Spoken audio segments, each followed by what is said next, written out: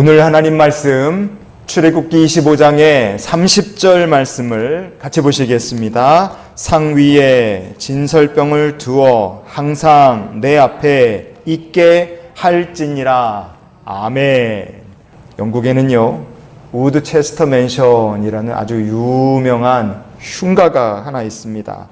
인터넷에 떠도는 글 중에는요, 이 집에서 지난 200년 동안 7명의 건물주가 원인을 알 수 없는 죽음을 맞이했다. 그런 내용을 담은 글도 떠돌아다닙니다. 그런데 그 말은 사실은 아니라고 합니다. 그거는 진짜는 아니고, 하지만 이 집이 사람 안 사는 빈집 흉가라는 거는 여전히 맞습니다. 우드 체스터 맨션, 여기 보시는 이 집인데 얼마나 근사하게 잘 만들어진 집입니까? 이게 어떤 집이냐? 도대체 뭐 하는 곳이냐? 넘겨주십시오. 이 집은요, 1854년에 윌리엄 리라는 사람이 이 건물이 있는 땅을 사고요, 건물을 이제 건축을 한 겁니다. 이 사람은 장사하는 사업가였는데 자기가 번 돈으로 멋진 고딕 양식의 성 같은 집을 짓고 싶었어요. 그래서 땅도 샀고 멋지게 이제 전에 있던 집 허물고 싹 올리는데, 공사를 하다가 1873년도에 윌리엄 리가 이 병으로 죽습니다. 이 사람이 죽으면서 공사가 딱 중단이 된 거예요. 건축주가 죽으니까 공사가 중단됐습니다. 그러면 그 후손, 자식이나 후손들이 건물을, 공사를 이어가서 완공을 시키면 좋을 텐데, 무슨 이유인지는 모르지만 그 뒤로 공사가 마무리되지를 못합니다. 시간이 지나서요, 1938년도에 윌리엄 리의 후손들이 이 저택을 정신질환 환자들을 돕는 자선단체에다 기부를 합니다. 그리고 기부를 받은 반 우드 하우스 트러스트라는 곳은 이 건물을 정신병원으로 개조를 하려고 했어요.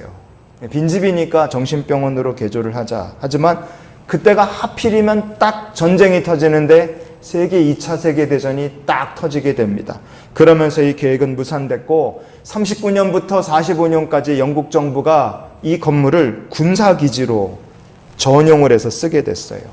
그래서 군인들이 캠프를 치고 저기다가 이제 시설들을 다 넣은 겁니다.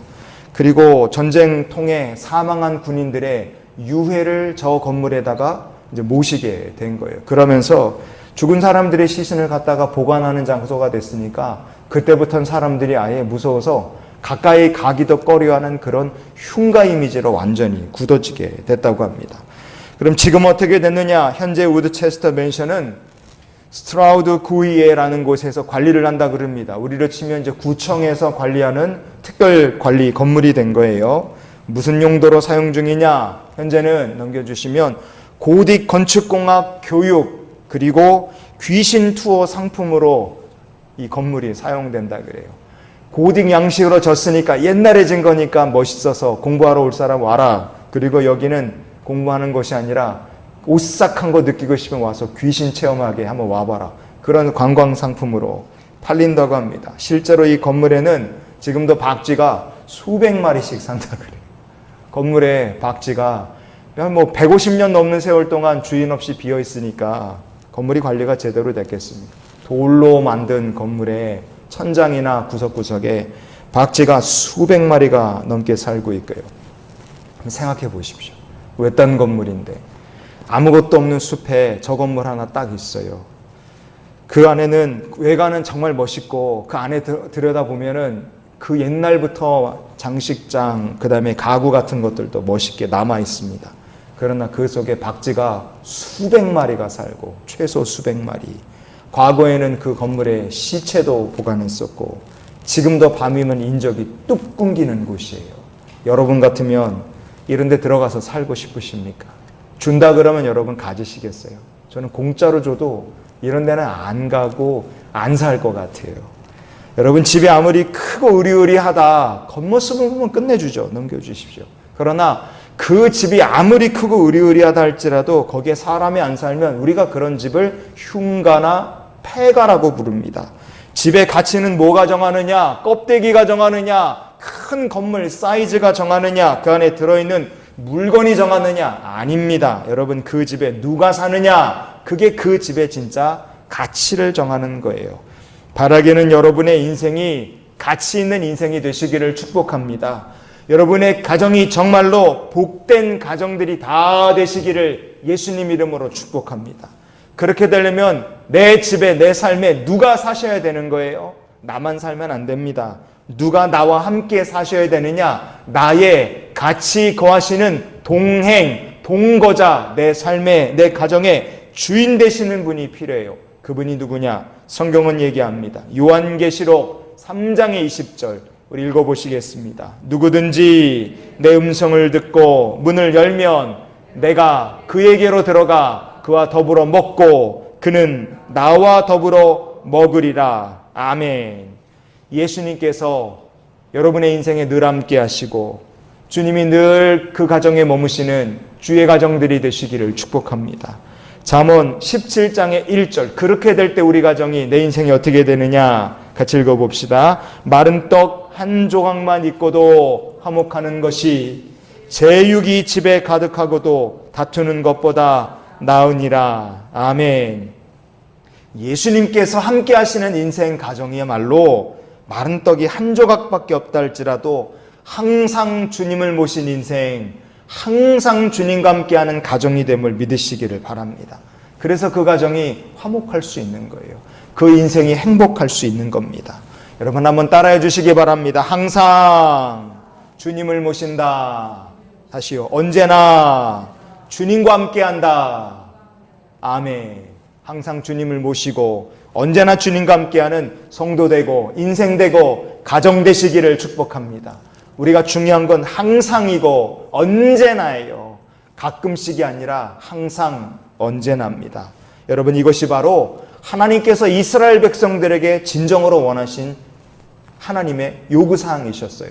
너희가 항상 나 여호와와 함께하기를 원한다. 바로 이겁니다. 그래서 하나님께서는 주의 백성들에게 광야에서 성막 만들라고 부탁을 하셨어요. 오늘 우리가 본문으로 읽은 출애굽기 25장의 30절 말씀을 보십시오. 성경은 이렇게 얘기합니다. 상 위에 진설병을 두어 항상 내 앞에 있게 할지니라. 아멘. 저 진설병이라는 거를 하나님 계시는 성막 안에 항상 두라고 하나님께서 말씀하셨어요. 진설병이 뭡니까? 쇼브레드라고 영어 성경에 보면 쇼브레드, 하나님 보시라고 갖다 놓은 떡입니다. 그냥 떡이 아니라 거룩한 떡이에요. 사무엘상 21장에 6절 말씀 우리가 이어서 봅시다. 제사장이 그 거룩한 떡을 주었으니 진설병 물려낸 떡밖에 없었음이라. 아멘. 여러분 이 성경은 말합니다. 진설병이라는 건 하나님께 예배드리고 하나님 앞에 보여드리려고 올려드리는 거룩한 떡이라는 거예요. 거룩한 떡. 포인트는 그 거룩한 떡이 항상 있어야 된다는 겁니다. 언제나예요. 365일 단 한순간도 그 떡이 식어서 딱딱하게 굳으면 뜨뜻한 떡으로 바꿔 올리는 그거를 계속하는 거예요. 항상입니다. 그걸 누가 먹는 게 아니에요. 하나님 앞에 보여드리려고 올려드린 떡입니다. 물려내면 그 떡을 제사장들이 먹었어요. 물려내면 버리진 않고요. 그 진설병을요 상 위에 거룩한 떡을 상 위에 올려서 하나님 앞에 드렸습니다. 그 상에 대해서 성경은 이렇게도 얘기합니다. 출애굽기 25장에 23, 24절 우리 읽어봅시다. 너는 조각목으로 상을 만들되 길이는 2규빗, 너비는 1규빗, 높이는 1규빗 반이 되게 하고. 아멘. 여러분 성경은요 탐 하나 더 넘겨주십시오. 다시 뒤로 네, 하나 더. 여러분 성경 우리가 방금 읽은 말씀에 보면 1규빗, 2규빗, 1규빗 반 이런 얘기 나오는데 규빗이라는 게 손가락 끝에서 팔꿈치까지 보통 이렇게 계산합니다. 그럼 이게 약 52cm 정도 된다 그래요. 1규빗이면 52cm. 그래서 저 진설병 거룩한 떡으로 올려놓는 상은 어떻게 만들었느냐?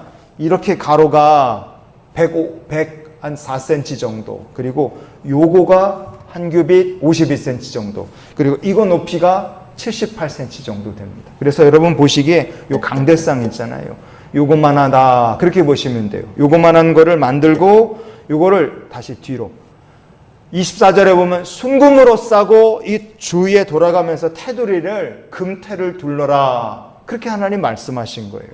여기 보시는 요만한 거를 금으로 만들고, 요 밑에 여러분 보시는 기둥 요만한 거를 금으로 딱 나무로 만들고 금으로 싸고 돌아가면서 테두리는 금으로 둘렀다.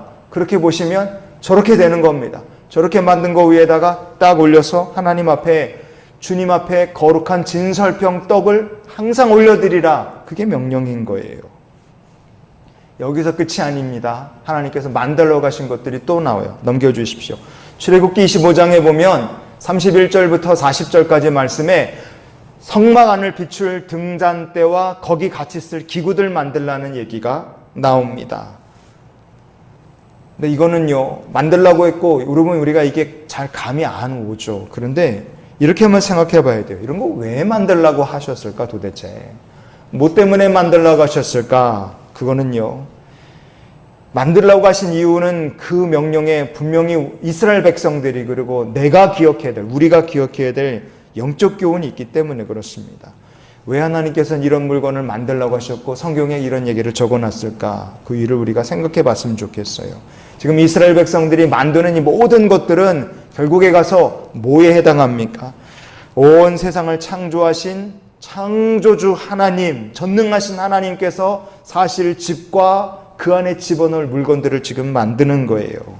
그런데 그 하나님 사실 집, 성전을 하나님 거하시는 집, 사실 집으로 지금 만드는데, 이스라엘 백성들이 만드는 하나님의 집, 성전과 그 안에 들어가는 물건들을 보면 이 사람들이 노예 생활하고 탈출했던 애굽의 궁전이나 애굽의 신전하고 비교를 딱 해보면 어떨까요? 비교를 해보면 훨씬 크고 이쁘고 멋있고 잘 만든 걸까요? 아니면 비교가 안 될 만큼 작고 초라할까요?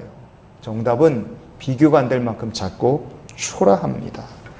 저는 2009년도에 이스라엘, 이집트, 요르단 성지순례를 갔다 왔어요. 참 감사하게도 기회가 있어서 그때 갔다 왔습니다. 그때 이집트를 쭉 돌아볼 기회가 있었는데요. 가보고요, 이집트란 나라는 정말 과거에 대단했겠구나, 놀라운 일들을 많이 경험했습니다. 룩소에 가면요, 카르낙이라는 신전이 있습니다. 여기 보시는 이 사진인데요, 이게 여기 보시는 전체가 다 카르낙 신전의 부지라고 보시면 돼요. 중간에 이렇게 표시가 된, 제가 저 표시를 해놨어야 되는데, 이게 개방이 된 거는 전체 카르낙 신전 면적의 4분의 1, 5분의 1 정도밖에 안 됐고, 아직 옆으로도 더 있습니다. 오른쪽으로, 저 보시기에 오른쪽으로 500m, 왼쪽으로 500m예요. 얼마나 큽니까? 이게 1km가 넘는 신전이고요. 이거 좌우, 이거 길이도 600m가 넘습니다. 그래서 직사각형으로 길다랗게 어마어마하게 큰 신전이 있어요. 여기도 가보고 하세스투 여왕의 장례 신전, 거기도 가보고요. 많이 가봤는데요. 규모가 다 어마어마합니다. 사진에 보시기에 항공사진으로 찍은 건데 신전 크기가 이렇게 커요. 성경에 나오는 성막하고 사이즈를 비교해보면 이건 갖다 댈 유가 아닙니다. 넘겨주십시오. 예루살렘 성전마저도 저 신전 하나, 지방에 있는 신전이에요. 저 카르낙 신전 하나보다 더 작습니다. 아예 비교가 안 돼요. 카르낙에 있는 신전은요, 돌기둥이 134개가 있어요. 근데 그 돌기둥 하나하나가 높이가 20m가 넘습니다. 몇백 톤짜리 돌기둥이 그냥 134개가 쫙 서 있어요. 장관입니다. 몇천 년 동안 무너지지 않고 버티고 있는 돌기둥이 134개. 가서 서보면, 이야, 이걸 어떻게 옛날 사람들이 어떻게 만들었을까 싶을 만큼 기가 막히게 만들어 놨어요. 넘겨주십시오. 그리고 그 신전에는요, 들어가는 입구에 오벨리스크라고 뾰족하게 깎아서 만든 첨탑이 있습니다. 오벨리스크. 그래갖고요, 거기에 오벨리스크가 딱 서 있는데, 지금은 별거 없지만 옛날에는 저 오벨리스크를 금으로 칠했다 그래요. 번쩍번쩍 빛나는 거예요. 햇빛 아래, 달빛 아래 오벨리스크가 번쩍번쩍 빛납니다. 아주 휘황찬란했을 거예요. 넘겨주십시오. 우리 교회 앞에서요, 걸어갖고 중화역까지 내려가면 그 거리가 지도상으로 보면 868m입니다. 우리 교회에서 중화역까지 868m. 꽤 멀죠? 걸어서 15분, 13분? 그 정도 걸린다 그래요. 제가 걸어가도 대충 그 정도 걸리는 것 같아요. 중화역까지 교회에서 13분, 868m. 근데 카르낙 신전 입구에서부터 중앙 신전까지 걸어가는데 15분 걸립니다. 엄청나게 큰 거예요. 그 길을요 쫙 걸어가면서 다 신전이에요. 높이를 환산하면 카르낙 신전의 넓이가 6만 평이라 그래요. 어마어마합니다. 신전 넓이가 6만 평. 근데 그 6만 평을 저 당시에 이집트 전성기 때는 저 카르낙 신전의 저 넓은 땅을 구석구석마다 보석으로, 보물로, 금으로 칠을 하고 저 벽들에 금만큼 비싼 향료로, 물감으로 도배를 해서 아름다운 그림들로 색칠을 쫙 해놓은 거예요. 그게 애굽의 신전이었어요. 얼마나 멋있겠습니까? 넘겨주십시오. 그런데 성전, 성막, 이스라엘 성전, 여러분 어떻게 생각하십니까? 이거 비교가 안 돼요. 하나님께서 출애굽기에 만들어라 말씀하신 성막은요, 뜰이 이렇게 있고 그 안에 성소, 지성소가 장막 속에 들어가 있어요. 텐트 속에 들어가 있는 구조입니다. 사람들이 못 들어오게 나무 판자로 벽 세우고 거기를 이렇게 하고 그거를 거룩한 구역으로 만들고 그 앞에다가 사람들이 짊어지고 온 짐들 놔서 멈추면 거기를 성막으로 그렇게 세팅을 해서 하나님 거기 임하시고 그거를 계속 반복한 거예요. 그래서 저 성소와 지성소는요 합쳐봐야 18평이에요. 18평. 완전히 규모가 차이가 이거 너무 많이 납니다. 성전의 뜰, 저 성막을 포함한 저 담벼락까지 다 해서 저 규모 전체를 다 합쳐도 300평이 되지 않았다고 보시면 돼요. 잘해봐야 그냥 300평. 그러니까 애굽의 성전하고 비교하면 하나님께서 광야에서 만들어라 그렇게 말씀하신 성막이라는 것은 애굽 신전의 한 귀퉁이보다도 작은만한 거를 하나님께서 만들라고 말씀하셨어요. 하나님께서 그렇게 작은 집을 만들라고 친히 명령하신 겁니다. 여러분, 우리가 출애굽기에서 성막 만드는 이야기를 쭉 볼 수 있어요. 그런데 그렇게 만드는 과정에서 우리가 계속 우리말 성경을 보면 자주 접하게 되는 단어가 하나 나옵니다. 그게 뭐냐? 순금으로 만들어라. 순금으로라는 말을 우리가 계속 볼 수 있어요. 이 말이 출애굽기에 22번 나와요. 순금으로 만들어라. 그러니까 뭐든지 다 순금으로 만들으라는 얘기처럼 우리가 들립니다. 넘겨주세요. 그래서 성막이 굉장히 화려하고 엄청나게 휘황찬란하고 뭐 그렇게 우리가 생각이 되지만 그 성막에 들어갈 순금 다 합쳐봐야 애굽의 신전에 비하면 아무것도 아니라 아무것도. 뭐 굉장한 걸 하나님 만들라고 말씀하신 것 같지만 애시당초 성막이라는 거는요, 한번 따라해 주시기 바랍니다. 세상에서 가장 화려하고 좋은 성전이 아니다. 애시당초 하나님께서 그렇게 만들지 말라고 정하시고 얘기하신 거예요. 니들이 성전을 만들면 세상에서 가장 화려하고 좋은 성전으로 만들어라 그렇게 정하신 것이 아니라 하나님께서는 좋은 성전, 그 성막을 가지고 하나님 뭘 원하셨느냐? 하나님께서 이스라엘 백성들과 늘 함께 하기를 원하셨다는 걸 보여주시는 거예요. 늘. 나는 너희와 늘 함께 하기를 원한다. 좋은 성전, 화려한 성전 만들라는 게 아니라 내가 너희와 항상 함께 하기를 원한다. 그걸 제일 잘 보여주는 물건이 뭡니까? 그게 바로 성막에서 사용하는 물건이에요. 성막에서 사용하는 물건들, 우리가 오늘 본문으로 읽은 진설병, 그리고 그거 올려놓는 상, 31절부터 40절까지 우리가 아까 살펴본 뭐 등대, 거기 들어가는 기구들, 그거 보통의 이스라엘 백성들은 평생에 볼 일이 한 번도 없는 물건들이에요. 아예 볼 기회가 없습니다. 제사장 레위인들 외에는 그거를 볼 일도 없고 만질 일도 없고 쓸 일도 없는 물건들이에요. 성소나 지성소를 구경한다, 거기에 들어간다, 보통의 이스라엘 백성들에겐 거기를 들어갈 일도 없고 거기를 구경할 이유도 없습니다. 평생에 이스라엘 백성들이 볼 수 있는 건 바깥에 담벼락으로 세워놓은 널판지, 판자나 정도나 볼 수 있지 그 안에 들어갈 이유도 만질 일도 쓸 일도 없습니다. 보지도 못해요. 하지만 하나님께서는 그런 물건들을, 평생 구경도 못할 물건들을 순금으로 만들어라, 순금으로 싸라, 순금으로 태를 둘러라 그러시면서 엄청 화려하게 만들라고 명령하신 것처럼 들린다 이거예요. 왜 그렇게 하셨겠습니까? 목적 있지 않겠어요? 순금으로 만들어라. 그 어려운 광야라는 상황에서 가진 것 없는 이 조건에서 하나님께서는 순금으로 만들고 감싸라 말씀하신 이유가 무엇이겠습니까? 그것은요, 여기 적혀 있는 것과 같습니다. 하나님을 위한 집을 너희가 최선을 다해서 예비하라는 거예요. 하나님과 하실 집을 너희가 만든다면 최선을 다하여 준비하고 만들어라. 그겁니다. 그렇게 최선을 다해 만든 그 집에서 하나님께서 어떻게 하시길 원하신 거예요?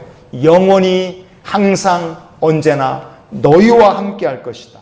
여러분, 그것이 성막을 만들라 말씀하신 하나님의 마음이었고, 성막 건축에서 우리가 잊지 말아야 될 아버지의 마음인 줄 믿습니다.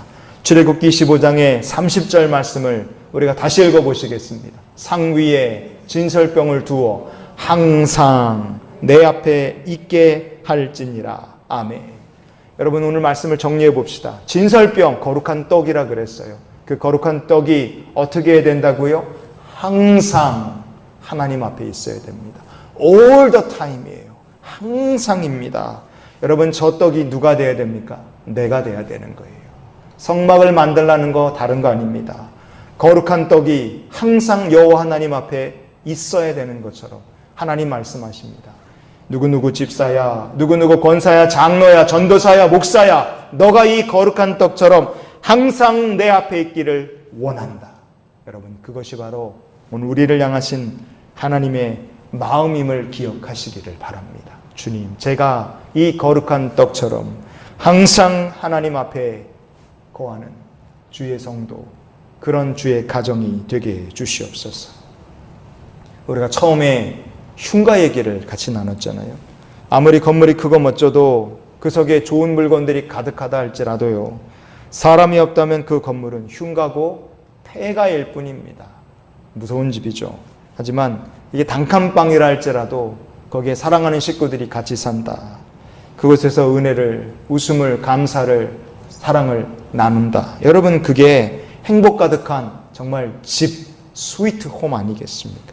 하나님께서는 우리가 거룩한 떡이 되기를 원하시고, 우리의 삶이 하나님이 항상 거하시기를 기뻐하실 거룩한 성령의 집이 되기를 원하시는 줄 믿습니다.